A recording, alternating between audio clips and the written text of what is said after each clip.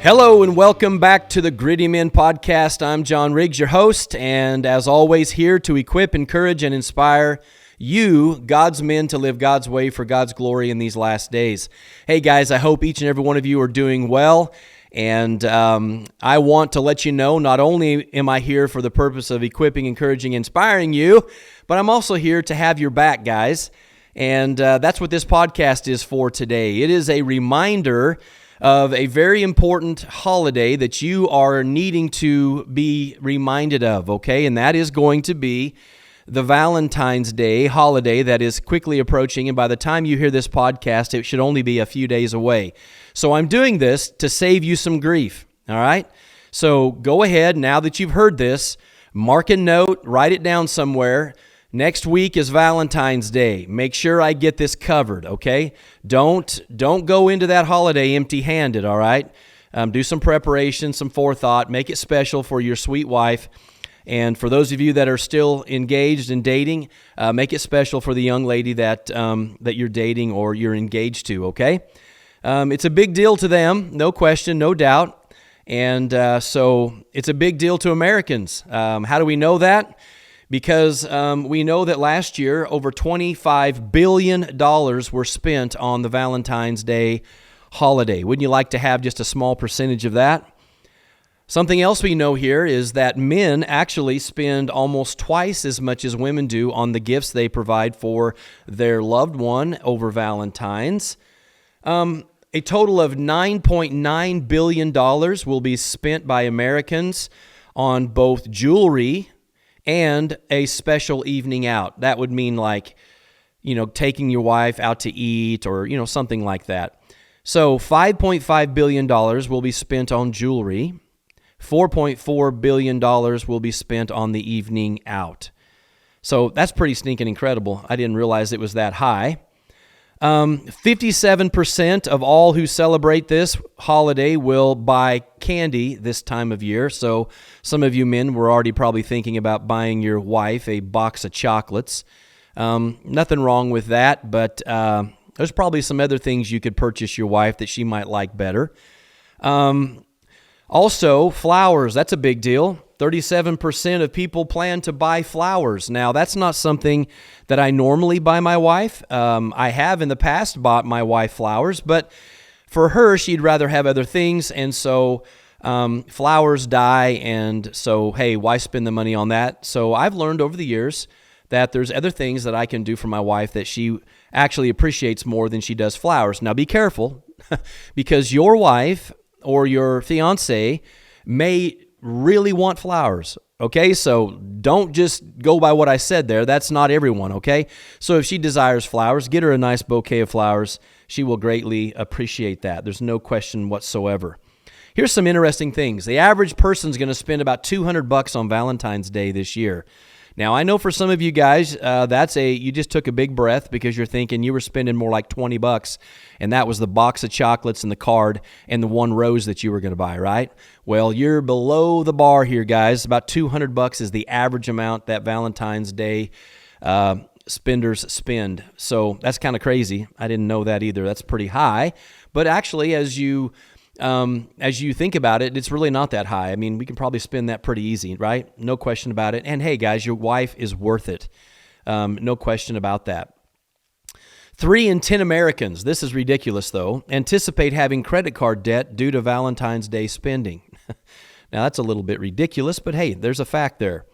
46 million Americans will get an unwanted Valentine's Day gift. That is a lot of people that are getting gifts they don't want, probably from people that they didn't want to get them from. In other words, so you guys out there that are single, and you've got this young lady that you are trying to impress, be cautious. You may be spending money that's not wanted, so think about that before you go through the process. There's $8.9 billion in total that are spent on these unwanted gifts. Pretty crazy. 74% of Americans say they expect to receive a gift for Valentine's Day. I would say this: your significant loved one, your wife or your girlfriend, 100% of them are expecting to get a gift, okay? So I'm just trying to have your back here, guys. I'm just trying to give you a heads up, letting you know, mark it on your calendar. Next week's Valentine's Day, you better show up and show out so that your lovely wife can feel appreciated for what and for who she is, okay?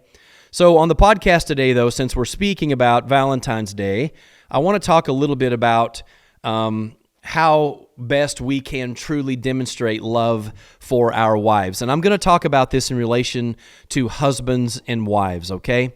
Because that's really, if you're single and you're listening to this podcast and you're looking for a young woman that you would like to possibly date to marry, then these things are going to be very applicable to you, especially moving forward in your life. But listen, be careful who you date. I always say this. In other words, never date someone you would not marry. Don't even begin that process, okay? For example, if I want a Ford pickup, I'm a Ford pickup guy. That's what I drive. If I want a new Ford pickup, the last place I'm going to go is going to go to a Chevrolet or a Dodge dealership to buy me a new pickup. Why is that? Well, because I want a Ford. And why would I go to a Chevrolet or a Dodge dealership if I want a Ford pickup? No, I'm going to go to a Ford dealership to get a Ford pickup. That's what I'm going to do, especially speaking of the new trucks, okay?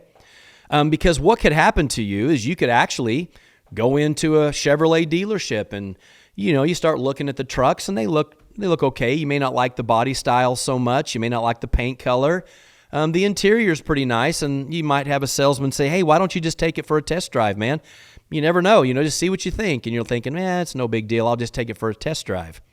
Well, you need to be careful because you may end up walking out of there driving home a Chevrolet when the whole time what you were wanting was a Ford. And what I'm saying is through that process of dating, you may actually fall in love with someone that you may not need to be falling in love with because it's not what you were after. It's not what you wanted. And I'm not saying that everybody needs to mark every X in your boxes that you have listed, because if you're looking for somebody perfect, that person's not, they don't exist. But when you find the right person, you're going to think they're perfect, at least for the honeymoon stage, okay? You're going to overlook things in their lives that you may not see as being that big a deal, and that's okay, and that's normal. But what I'm trying to tell you single guys is this: you need to be preparing yourselves to be the man that you need to be to do these two things for your wife that I'm going to share with you. Number one, the greatest gift that you can give your wife or your wife-to-be is a godly man who gives godly leadership and who will love their wife in a way that honors and glorifies God. This is the greatest gift that you can give to your wife. Not a box of chocolates, not the wedding ring that they're going to wear, not any of these worldly things. The greatest thing that you're ever going to be able to give this young lady or to your wife is to be a godly man, giving godly leadership, and loving her as God would be honored and glorified in the way in which you love her. So that's very important. So you young guys, yes, you need to be looking for a young lady, but you need to go where those young ladies are, number one. And if you're wanting a beautiful Christian woman who loves the Lord Jesus Christ, check number one. She needs to love Jesus. She needs to know Christ, and she needs to love the Lord. Number two, you're going to have an attraction to her, right? There's going to be a beauty about her that you're attracted to, and that's a wonderful thing. And then there's going to be also this inner beauty that you learn and you begin to appreciate about this person. There's way more to them than just their outward appearance. Hey, outward appearance is great because we're initially attracted to that. But when you begin to get to know someone, they can have outward beauty, but they can be one of the most despicable human beings on the inside. So that's not what we want. No, we want someone who loves the Lord Jesus Christ, who is a child of God, because we don't want to be unequally yoked, because what does light and darkness have in common? If you want to set yourself up for a major problem, then begin dating young women who are not truly in Christ. We don't do that as Christian men, because who you date, you may fall in love with. Who you fall in love with, you may marry. And who you marry, you will marry and be with them for a lifetime. And that decision is a major decision, and you don't enter into it lightly. So, for all of us who are married, we are striving to be these things because we're growing and we're maturing and we're becoming more and more, hopefully, like Christ as we walk and grow and mature as we serve the Lord Jesus Christ. And so the greatest gift, guys, that you can give your wife, yes, you need to go get her something special, not only for this day, but do special things for your wife throughout the year. You do need to do something special for her this year.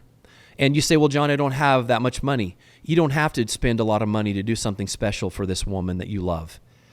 Because money does not mean love, okay? It just doesn't.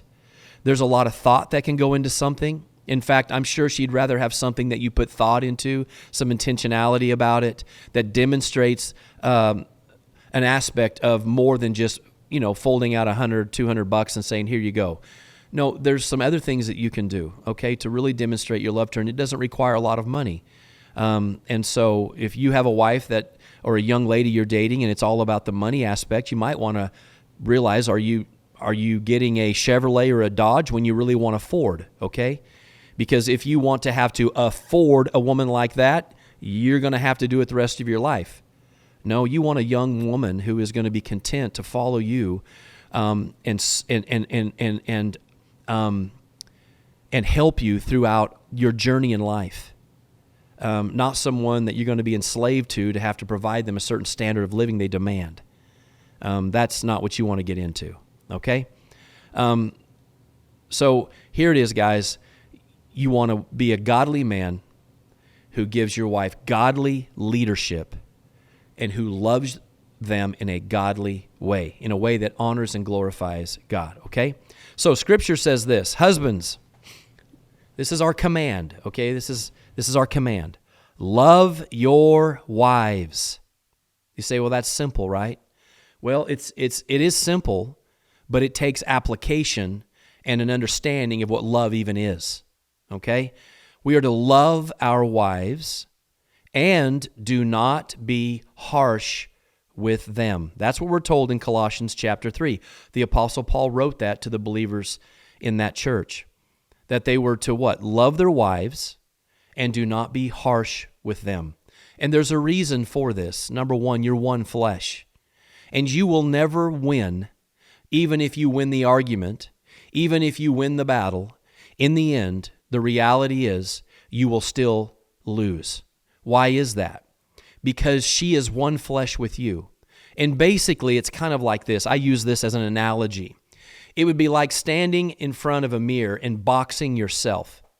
All those hurtful words that are said, all the actions that are demonstrated, the attitudes, all that. It's like doing it to yourself because you're one flesh. And in the end, you're damaging the one flesh union you have between you and your wife. And we are to live with them in a way, as we're going to see here in 1 Peter 3:7, that will demonstrate our understanding and our responsibility before God. And so don't be harsh with our wives. Don't be harsh with them. Here's what Peter says. 1 Peter 3:7, likewise, husbands, live with your wives in an understanding way, okay? Showing honor to the woman as the weaker vessel. Now, there's a lot to unpack here just in this verse. Peter makes it very, very clear that we as husbands are to live with our wives in a way of understanding. So this is going to take some work on your part as a man. We need to begin to try to understand a little bit more about who our wives are, okay? We need to understand them. You say, John, that's impossible.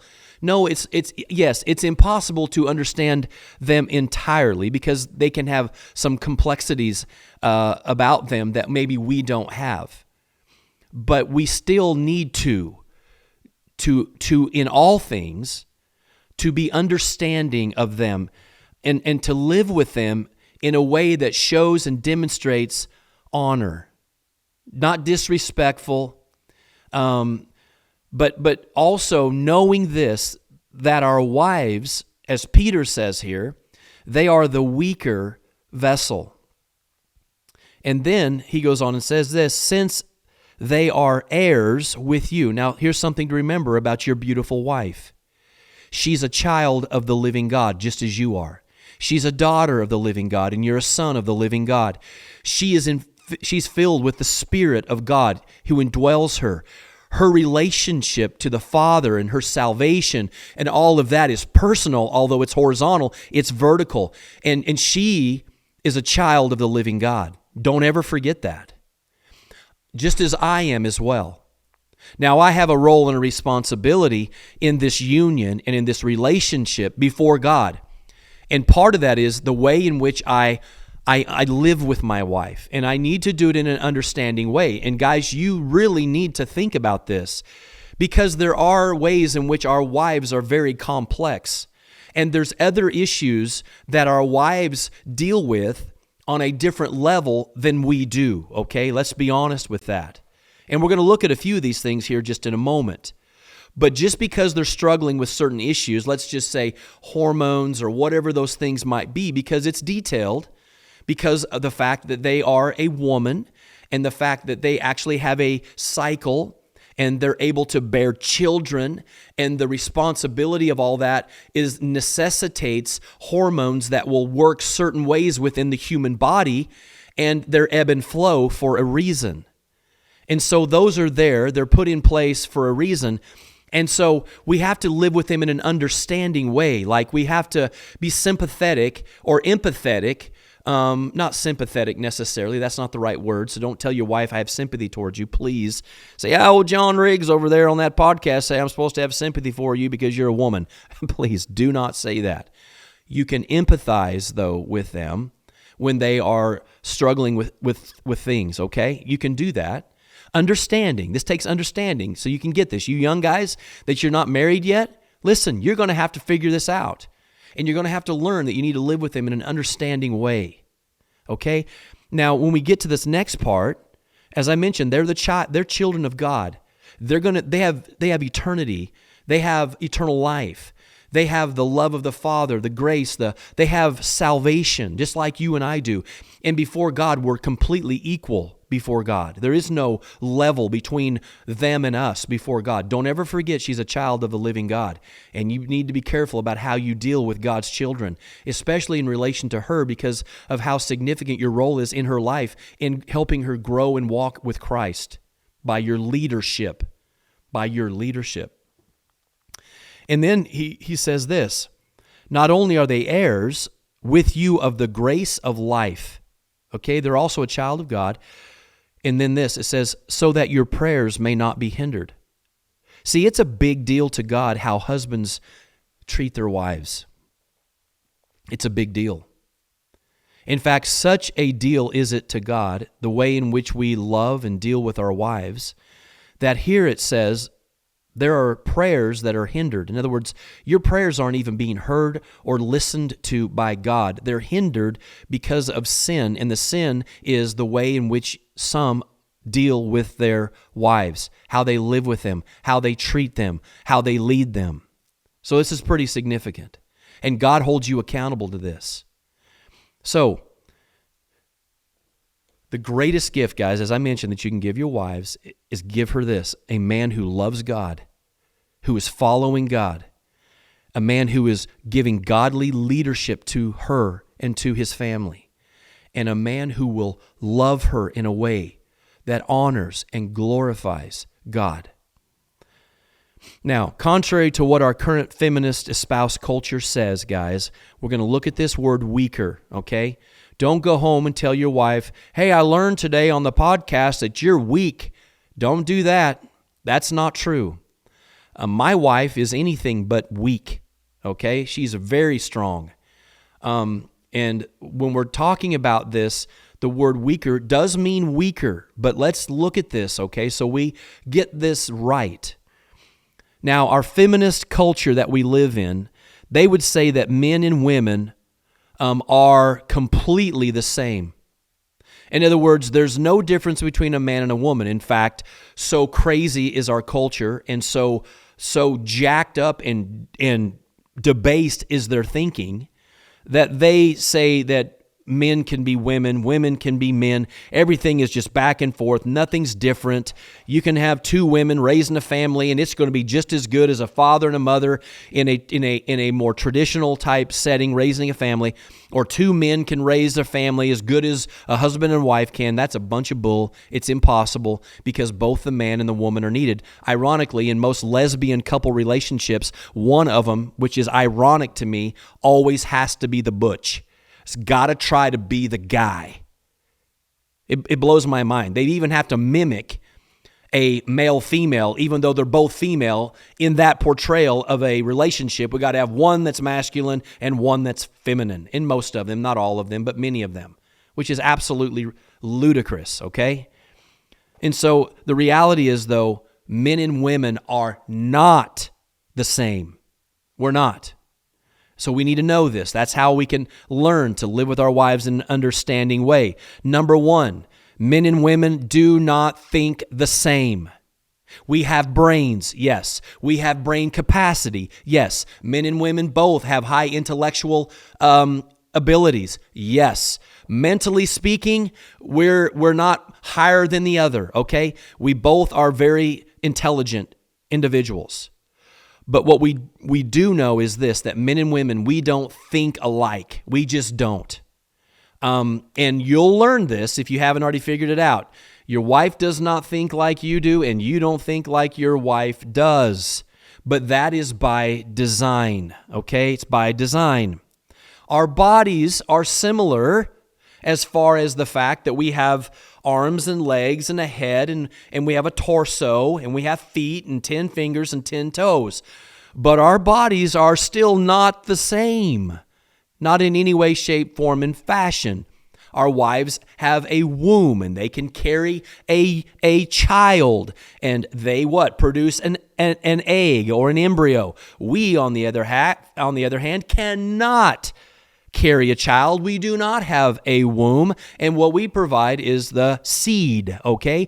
That's the reality of that. Now, we laugh at this, but our culture today is so stupid and so freaking jacked that this is the thought process that's going on, and it's not a reality.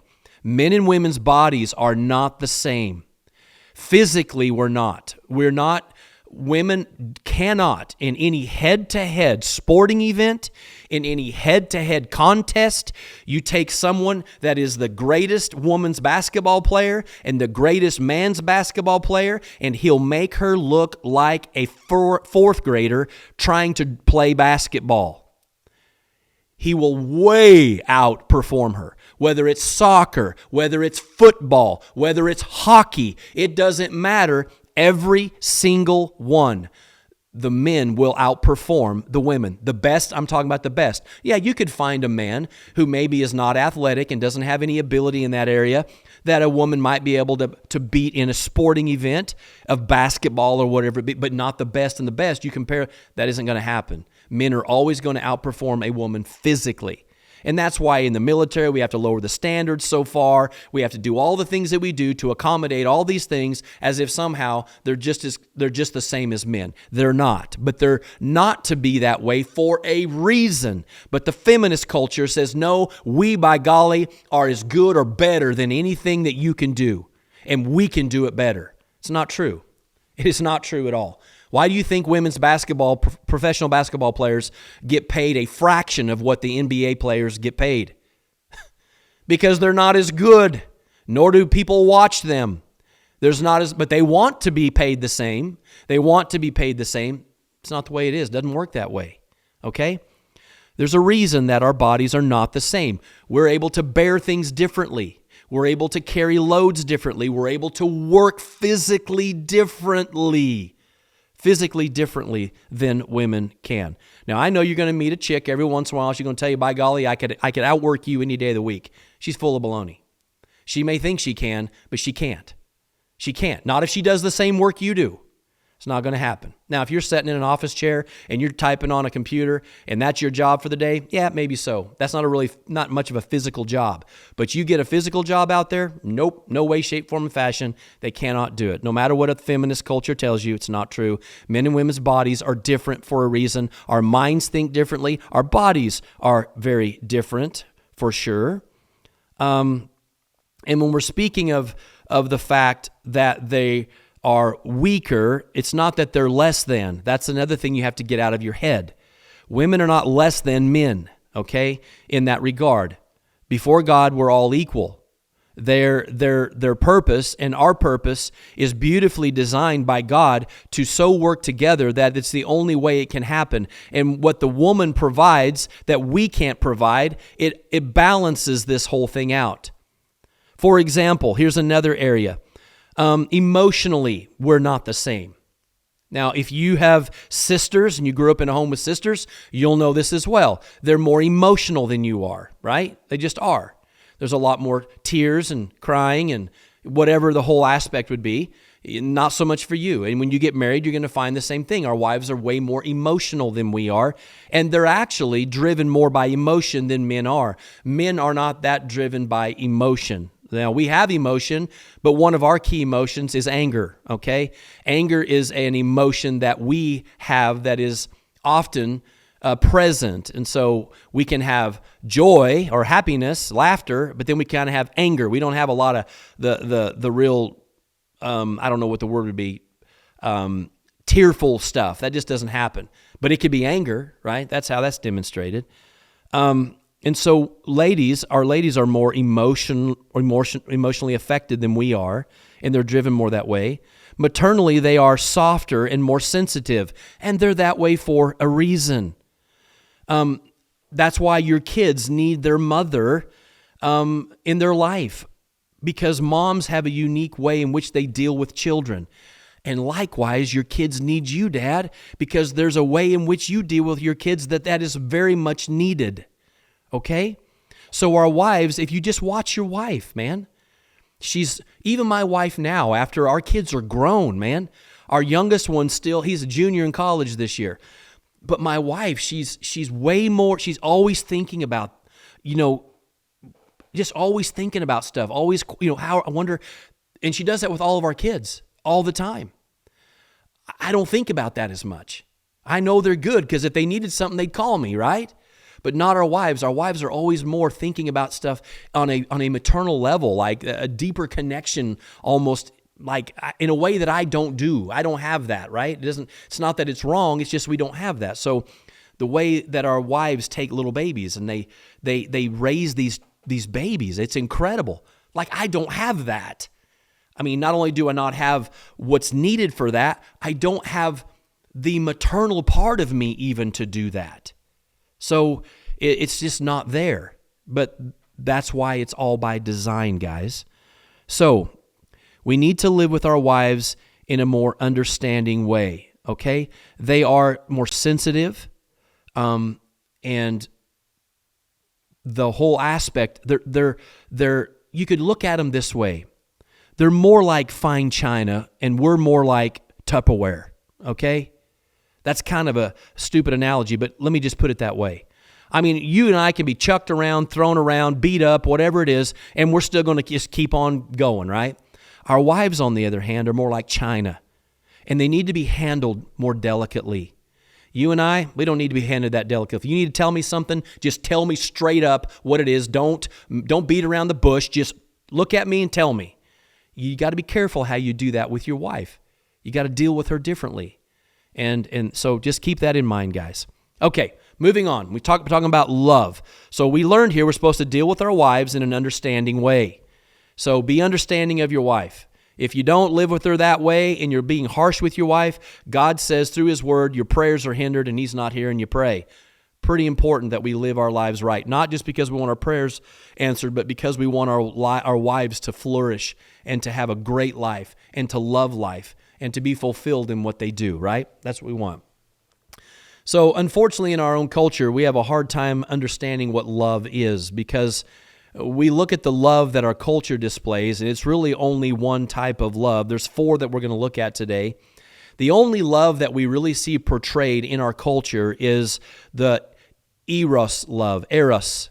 And it's really a more romantic love, right? It's about sexual affection and attraction, right? That's really, it's kind of the eros or erotic love. That's what that love is. And that's what's portrayed everywhere in our culture. But there are really 4 types of love that I want to show you, and they're found in Scripture. And the first one is really kind of how relationships begin, right? And here's the danger. When you find people that their entire relationship is built on the eros love, in other words, the affection, sexual attraction, if that's the whole foundation of their relationship, it won't last. It will crumble and it will fall. And that's why, guys, for one reason among many others, that God says don't get that ahead of the other things. Because if you get that ahead of that, everything else is going to be wrong. Your foundation's going to be jacked up and wrong. And there's so many couples that get married thinking they're in love when all of it is sex, and it's erotic type of love. It's all about self-gratification and all that kind of stuff. It's actually not the highest form of love.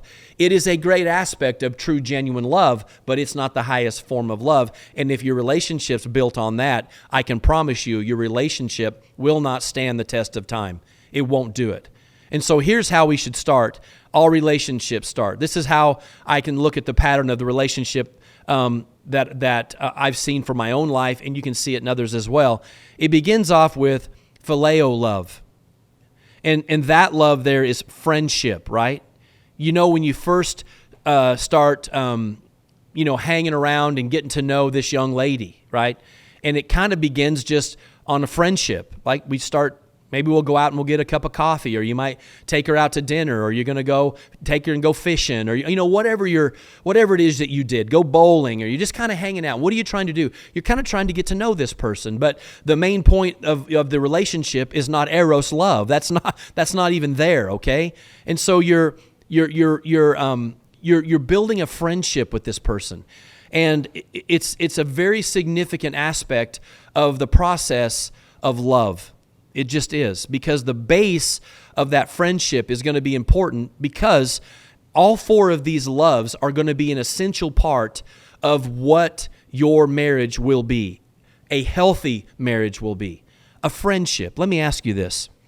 And I know there's guys that I meet that this isn't their story, but this is the story that needs to be told. Is your wife your friend? Let me ask you that question. Is she your friend? Because she should be your best friend. There's no one out there that should be a better friend than your wife. I'm not saying you don't have outside friendships. I'm not saying that. But I'm telling you this. Your wife, who is one flesh with you, should be your closest friend. There's nothing you will share with anyone else more intimate, more personal, more real than marriage. In other words, this kind of friendship is an enduring, lifelong friendship. And the basis of your relationship is a friendship first. And it's important. So when you're going out with a young lady, you single guys, you shouldn't even be thinking about the kiss. Okay, that I know it's going to be in your mind. I get it. But my point is, that's not how you end that date. No, you don't do that. You don't just walk around kissing a friend. That's not what you do. No. You need to think about this, developing a friendship first. Now, if she goes out on you with a date and you didn't kiss her goodbye, and she gets upset at that, you don't want to date that chick anyway. No, not at all. Because she's been to what base? I have no idea. But she's been to first base at least, if not second, third, and possibly fourth base. And if she's mad on the first date that she's not getting lip from you, there's a problem. Now, I know us guys, we're driven that way. I get it. But don't do it. Don't kiss her on the first date. Don't even think about it. Don't do it.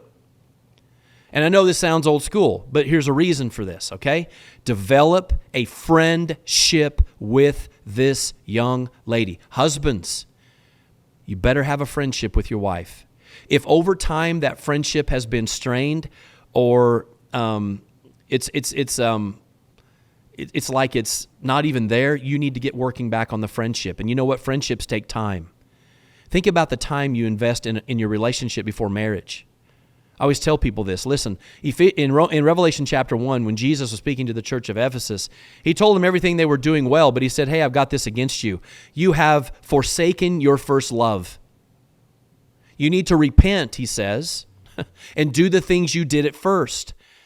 And I'm talking to men that have been married 15, 7, 10, 15, 25, 30, 40 years. Listen to me.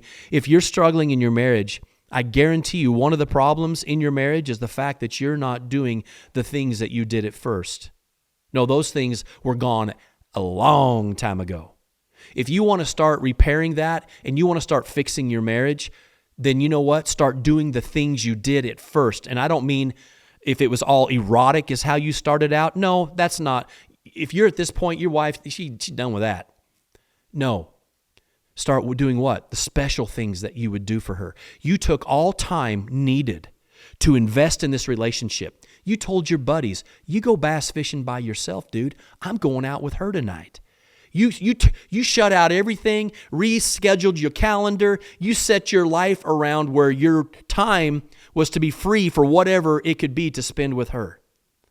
And so that's this friendship you developed early on in your relationship. Now, you can have a pulling away. I mean, you start having kids and you're struggling making ends meet and both of you are working career jobs, man, and you're just coming and going and exhausted, and the kids need absolutely almost every ounce of whatever energy you have left. And at the end of the day, the two of you are just like, wow, got a few moments to visit and talk. The two of you, maybe, if you're still awake and haven't passed out in the recliner, or she hasn't laid down with the kids and fallen asleep, or you haven't done the same.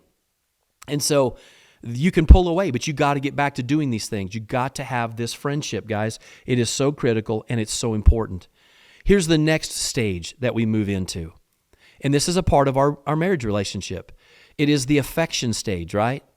So as you start spending time with this girl, and you start spending time with your wife to be, or even your wife now, there is this affection that you have for her. It is storge or storge love. And it is an affectionate kind of love. And so it's a type of love, but it moves past even more the friendship love, which you can have a love and an affection for a friend, but this is moving into an affection of loving. So you're going to have a personal interest in this person, and you're going to have this as a result of sharing your life together and your time together, and this affection for this person begins to develop. And before long, you're thinking, man, this is pretty amazing, right? I mean, I really think I love this girl. And you didn't realize that your friendship aspect was just a different form of love, but you come to a point where you have affection. You're like, man, I don't know if, I don't think I want to live my life without her. And so there's this affection that you have for her. And we have this in our marriage relationship. You have an affection for your wife. Not only a friendship that is valued of all friendships on earth. There's nobody who is faithful to be a friend like my wife. No one. My wife has been proven over and over and over for 30 years of marriage. She has been my very best friend.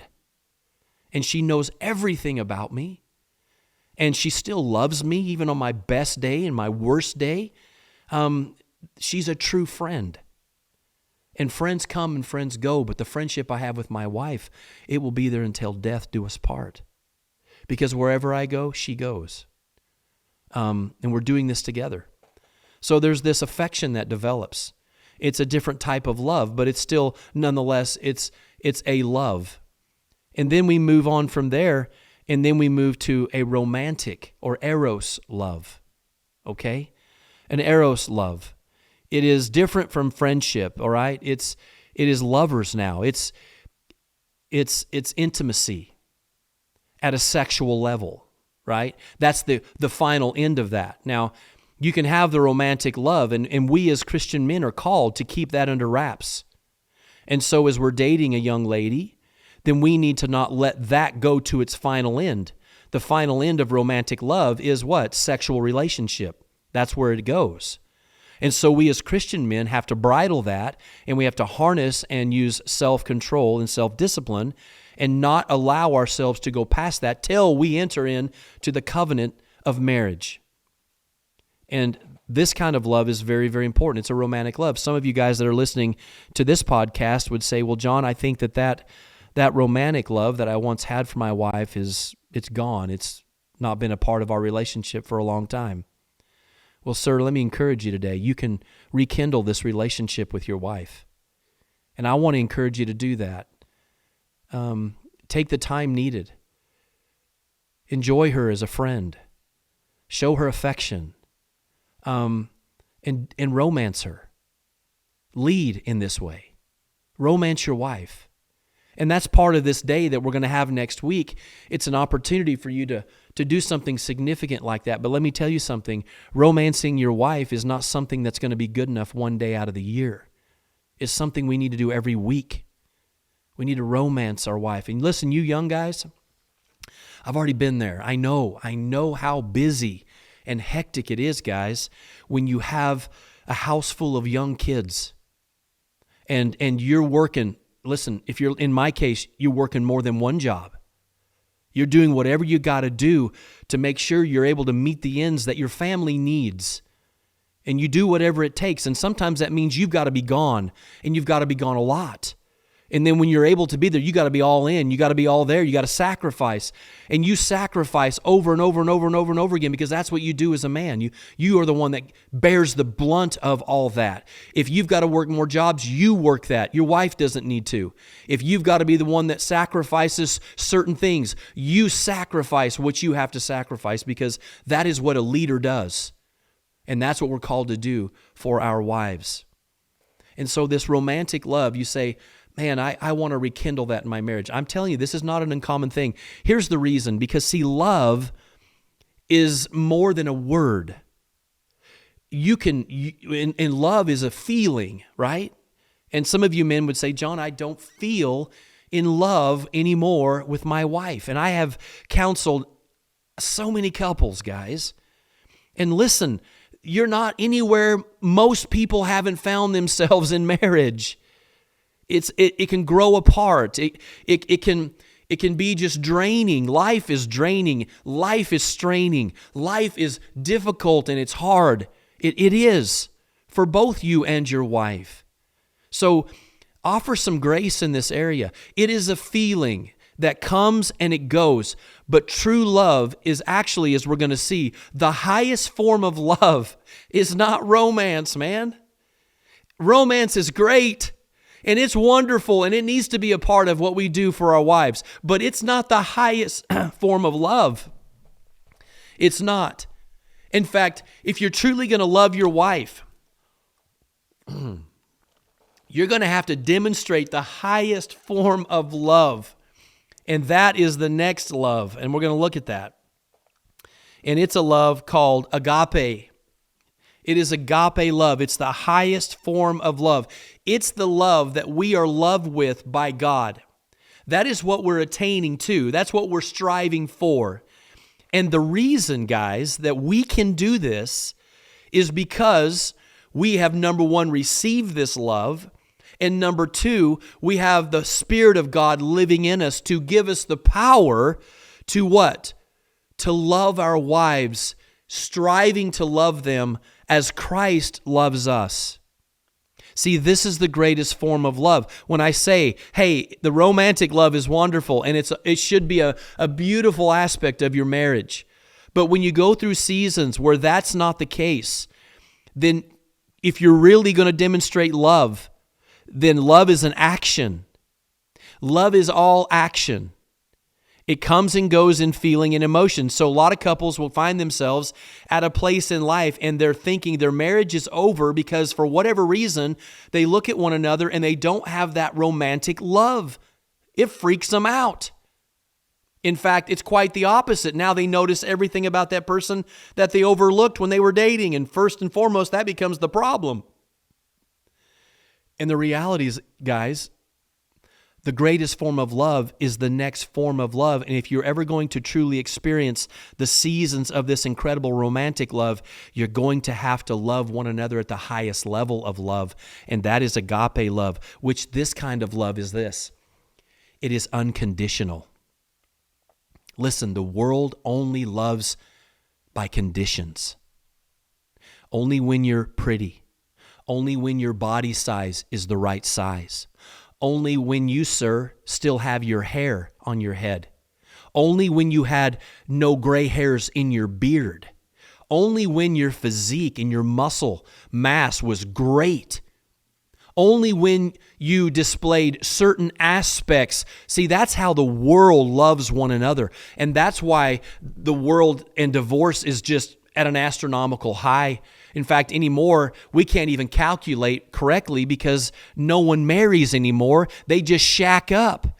And the reason they shack up is because they want all the benefits of marriage, which they're never going to have. And if you think the only benefits of marriage is sex, you're missing out on the whole beauty of marriage.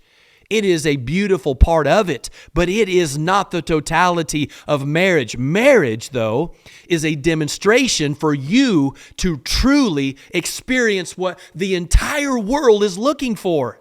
And that is this: everyone wants to be loved unconditionally.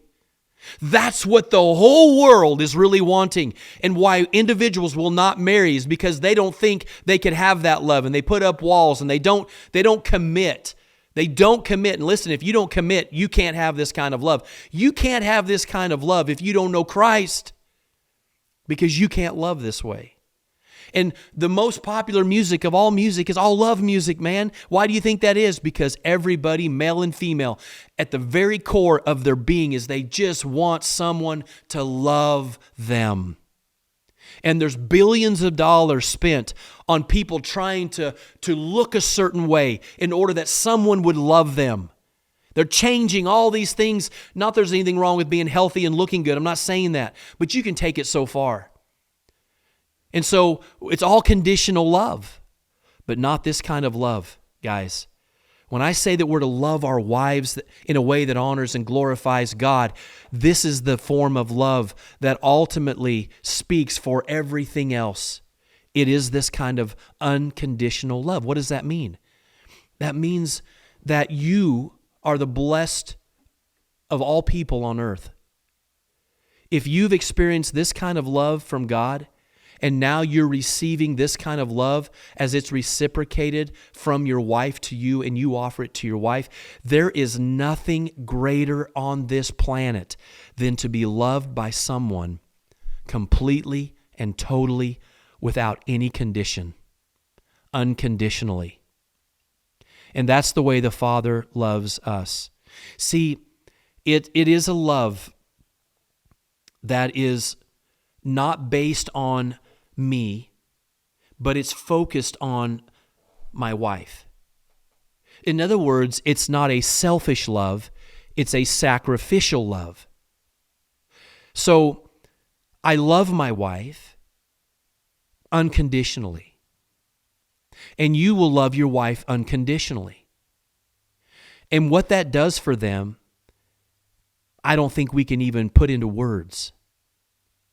Because, sir, when you know that your wife loves you unconditionally, what you're seeing and what you're experiencing is the full reality of what real, true, genuine love is. And it's not an eros love only. It is not a friendship love only. It is not an affection love only. No, it is the deepest form of love. And that is, no matter what, this person chooses sacrificially to love you. To love you. In other words, as we grow in age, and I've learned this now through the years, we develop and we change.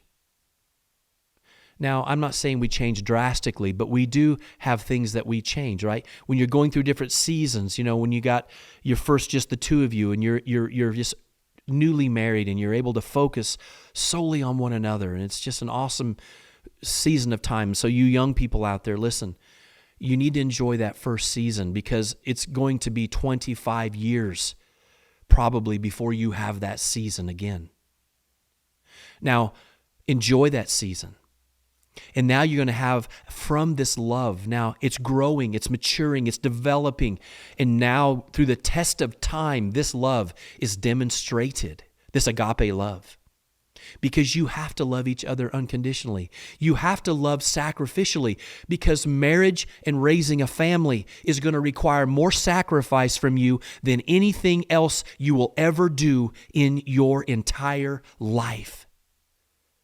And I think God made it that way for a reason, to keep us from being so self-centered and self-focused and self-driven and self-motivated and all self. But see, when you have to sacrifice and you have to love when you're not able to have the romance, or you have to love, my wife has to love me when I'm not really that lovable.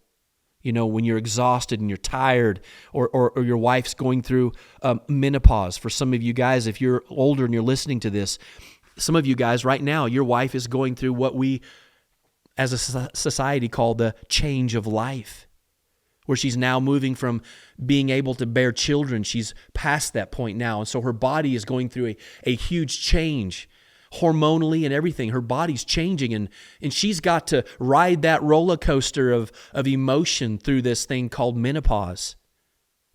She's got to ride the roller coaster with you too, sir, because believe it or not, this thing called midlife crises, there's a truth to that. There's a reality to that. Men, we go through some changes ourselves, whether you like to think it or not, we do. But what we do is we just simply, we love. We love our wife. And you want to talk about knowing what real love is? See, the problem is, and it's really a heartbreak if you think about it, most of the world will never know this kind of love. You know that song, Looking for Love in All the Wrong Places? This is a reality for much of the world. They think that the erotic love, the eros love, this sex-driven love is the pinnacle of love, but it's actually not, because without the other three, it's not love, it's simply lust. And they're never going to experience love because it was all self-motivated and all about self-gratification. But the highest form of love is the love that gives when it receives nothing in return. And so, guys, as we approach this incredible time where we get to do something really special for our wife on this particular day, and trust me, you don't want your wife to be the one left out on this. If she's going to work and other young ladies are you want your wife to have her flowers, you want her to have her card, shoot, you call down there to the florist, wherever it is in your community, and you have them delivered to her job. Put a little note in there, just because I love you. You can do so simple things like that. And so, guys, this is the greatest form of love. And this is the reality. And I'm going to read this to you. And this is by C.S. Lewis. And here's why the world's never going to know this kind of love. Number one, they don't know God. They can't experience it from Him. See, Jesus Christ will never, ever, ever, ever, ever, ever stop loving us. The Bible tells us in Romans 8 that there's nothing in all creation that can separate us from the love of God in Christ Jesus. And our marriages are to be a reflection and a mirror of Christ and the bride, His church. As we as husbands are to take the role of Christ, our wife is to take the submissive, loving role of the church. And we are to what? We are to demonstrate this to this world. And how can you demonstrate this kind of love if you don't love like Christ? And His love is unconditional. His love is sacrificial. And His love is forever. You really love your wife? The only way you can prove and demonstrate you love your wife is if you love her this way. And this love, it never, ever fails. Let me read this to you, this passage of Scripture. we're wrapping up here because it's we're getting close to an hour, and I know if you guys are like me, my attention span is not really that good. So let me read this to you about love. Here's this agape love. Let me just read it to you. Just listen to this. Let these words just sink into your mind. Here we go. Love is patient. Love is kind. Love does not envy or boast. Love is not arrogant. Love is not rude. Love does not insist on its own way. Love is not irritable. Love is not resentful. Love does not rejoice at wrongdoing. Love rejoices with the truth. Love bears all things. Love believes all things. Love hopes all things. Love endures all things. Love, real love, genuine love, the highest form of love, never ends. When you get done with this podcast, I'm going to do it. I already did it earlier today, but I'm going to do it again. Take my phone out, and I'm going to send my wife a text just to tell her how much I love her. And I want to encourage you guys to do that. If you have a young woman that you're engaged to, send her a text and tell her that you love her, why you love her. So as soon as this podcast is over, you can do it anytime, anywhere. I'm just going to encourage you to get on your phone and send you a text to your wife and tell her how much you love her. Guys, there's nothing like experiencing God's love in salvation. It changed my entire life. And because of that love now, I'm called by God to love my wife in the same way, to the best of my ability. And so this Valentine's, get your wife something. Romance your wife. Build a friendship with your wife. Have affection for your wife. And love her unconditionally. God bless you guys. This is what gritty men do. Gritty men of God, this is what we do. We endure. We persevere. And we're going to love our wives in a manner that honors and glorifies God. Thank you for tuning into this podcast. We'll see you next time on the Gritty Men Podcast.